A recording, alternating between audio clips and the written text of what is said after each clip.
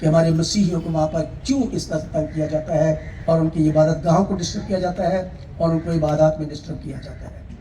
اور میں پاکستان میں رہتے ہوئے جہاں پر میں نے لا انفورسمنٹ اداروں کا شکریہ ادا کیا, جہاں پر سیکورٹی ایجنسیز کا شکریہ ادا کیا, میں کرسمس کے حوالے سے اپنے فیلڈ مارشل عاصم منیر صاحب کا بھی شکریہ ادا کرنا چاہتا ہوں, جنہوں نے رینجرز کو اور ہر طرح سے اپنے تعاون کو کرسچن کمیونٹی کے ساتھ رکھا, اور کرسمس جو ہے اس سال کا وہ بہت ہی پرجوش طریقے سے ہم سیلیبریٹ کر سکے. میں شکریہ ادا کرنا چاہتا ہوں.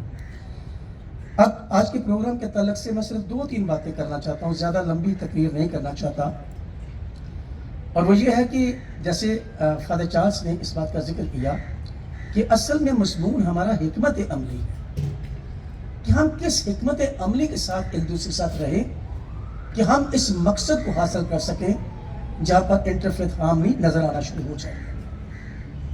ہم 2-3 چیزیں میں ذکر کرنا چاہتا ہوں کہ ان سے اگر ہم اپنے آپ کو ڈسپلن کر لیں پریکٹیکلی, کیونکہ حکمت عملی ہمیں پریکٹیکل سٹیپس کی طرف ہی ہماری سوچ کو لے کر جاتی ہے کہ عملی طور پر ہم کیا کریں کہ جو انٹرفیتھ ہارمنی ہے وہ قائم ہو جائے.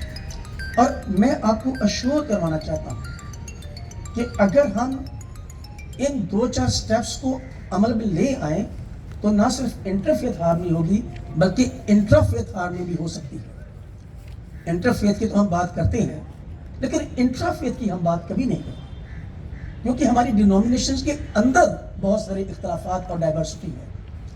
ہم اپنی ڈینومینیشنز کے اندر رہ کر بھی ایک دوسرے کو قبول نہیں کرتے اور ان کو رسپیکٹ نہیں دیتے.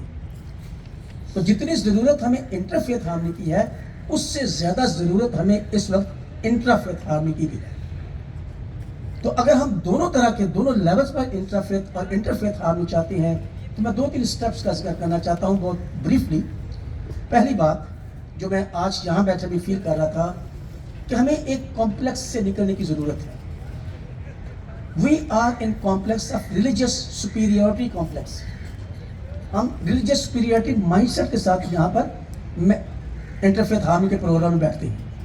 تو ہماری جو ریلیجیس سپیریورٹی ہے, آپ کسی مذہب کو بھی اٹھا کر دیکھیں اور کسی مذہب سے بھی سنیں, وہی ان کے لیے سپر ہے اور وہی ان کے لیے افضل ہے, اس لیے وہ اس کی پیروی کر رہے ہیں.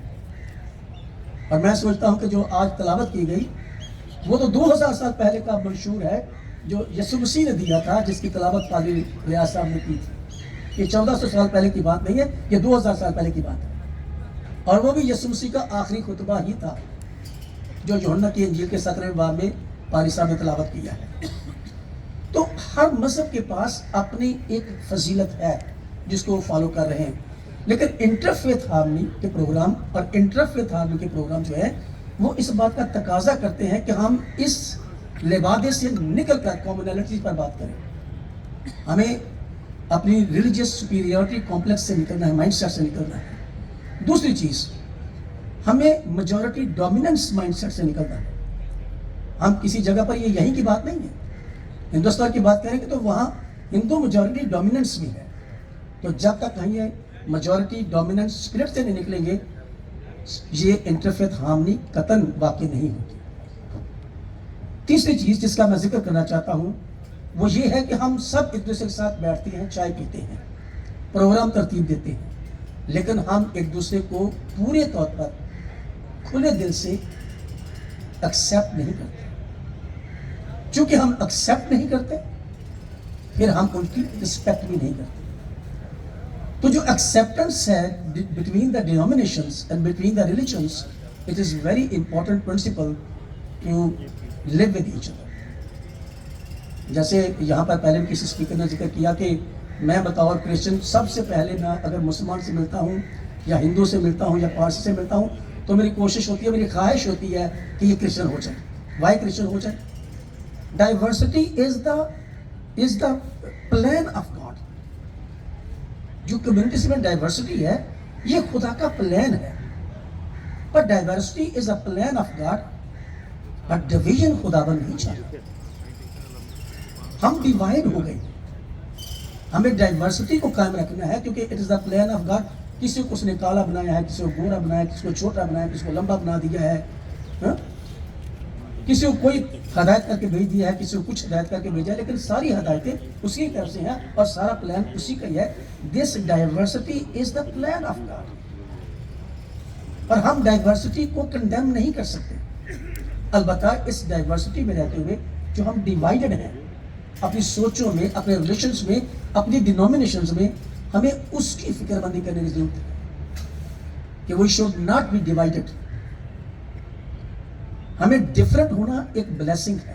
وی are all different with each other, but if we are divided this is a curse. اور ڈویژن جو ہے وہ ہمیشہ بربادی کو لاتی ہے. اور پاکستان کی سلامتی, پاکستان کی پراسپیرٹی اسی میں ہے کہ ہم سب ڈائیورسٹی کے لوگ جو ہے وہ ڈفرنٹ ہوتے ہوئے ایک یونین میں رہیں, اتحاد میں رہیں, یگانگت میں رہیں, اور ایک دوسرے کی رسپیکٹ کریں اور ایک دوسرے کو ان کی کیپیسٹی میں رسپیکٹ دیں. ہم کہتے ہیں کہ مسلمان پہلے کرسچن ہوگا تو میں اس کو ایکسیپٹ بھی کروں گا اور اس کی رسپیکٹ بھی کروں گا. اور ایک مسلمان بھائی سمجھتا ہے کہ جب تک یہ بشپ صاحب پہلے مسلمان نہیں ہوں گے میں نہ ان کو ایکسیپٹ کروں گا اور نہ ان کو رسپیکٹ دوں گا. لیکن ہمیں ایک دوسرے کو ان کی کیپیسٹی میں ایکسیپٹ بھی کرنا ہے اور رسپیکٹ بھی دینی ہے, یہ سوچتے ہوئے کہ دس از دا پلان آف گاڈ. یہ خدا کا منصوبہ ہے. کون اعتراض کر سکتا ہے کہ کسی کو اس نے کالا کیوں بنایا اور کسی کو اس نے گورا کیوں بنایا ہے؟ اور اگر اس پر اعتراض نہیں ہے تو ڈفرینٹ ڈینومینیشنز اور اس ڈائیورسٹی کے اوپر کیا اعتراض ہے؟ This is also the plan of God and we should accept that plan of God. کیونکہ ہم سب بھگوان کے اور پربھو کے اور اللہ کے اور خدا کے دعوے دار ہیں کہ وہ ہمارے معبود ہیں, اور یہ اسی کے پلان ہے. ہم اس کے پلان کی نفی کر کے گناہ کرتے ہیں.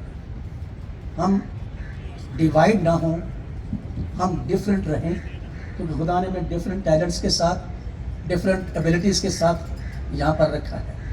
اور جو خدا تعالیٰ نے ہمیں ایبلٹیز دی ہیں, صلاحیتیں دی ہیں, اس کو ہم ملک پاکستان کی سلامتی اور خوشحالی کے لیے استعمال کریں. پاکستان زندہ باد, پاکستان قائم ہے. Thank you very much.